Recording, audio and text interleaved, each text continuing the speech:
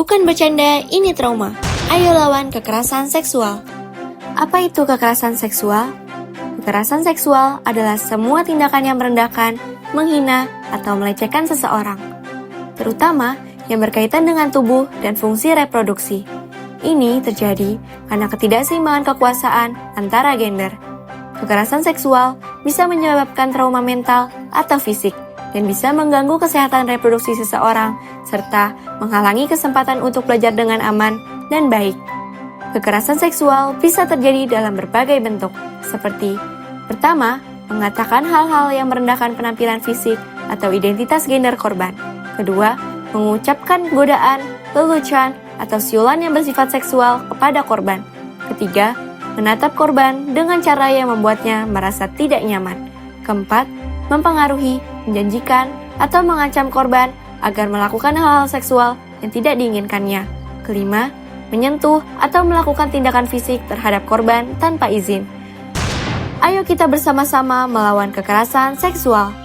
Masalahnya, banyak orang masih menganggap ini sebagai lelucon. Mereka bilang, berlebihan banget sih, atau kan cuma omong gak serius.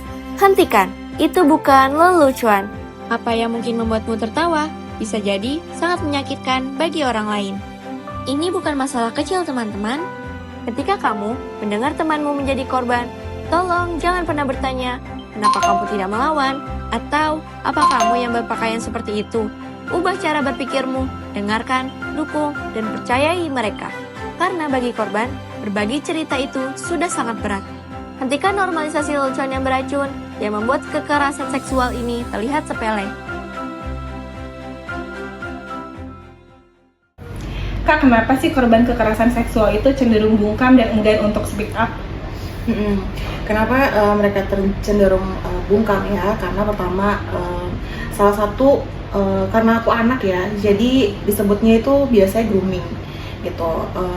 Dimana pelakunya itu suka kasih perhatian, suka kasih hal-hal seperti misalkan biasanya di Indonesia kan kurangnya fatherless ya. Gitu, jadinya menggantikan peran ayahnya. Jadi mereka itu sebenarnya bukan bungkam, tapi mereka itu tidak tahu bahwa hal tersebut adalah kejahatan seksual, bahwa yang dia tahu atau anak tahu itu adalah bentuk dari kasih sayang.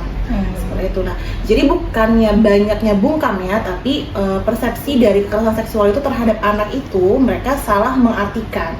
Seperti itu. Nah, kemudian apa yang perlu kita lakukan ketika kita menjadi saksi dari kekerasan seksual? Kalau menjadi saksi kekerasan seksual berarti kan dia yang melihat atau dia yang tahu kejadiannya. Gitu.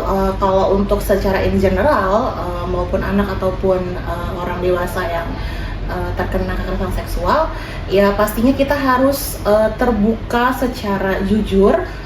Apa yang telah terjadi tidak boleh ditambahkan atau dikurangi gitu ya, sesuai apa kesaksian kita, apa yang kita lihat, apa yang kita dengar terhadap si korban dan juga si pelaku tersebut gitu. Jadi biasanya bahasanya adalah kita buka fakta itu seadil mungkin dan seterang benerang mungkin gitu. Jadi jangan ada yang ditutup-tutupi atau yang disingkirkan fakta tersebut gitu. Intinya, kita perlu lebih sadar dan peduli.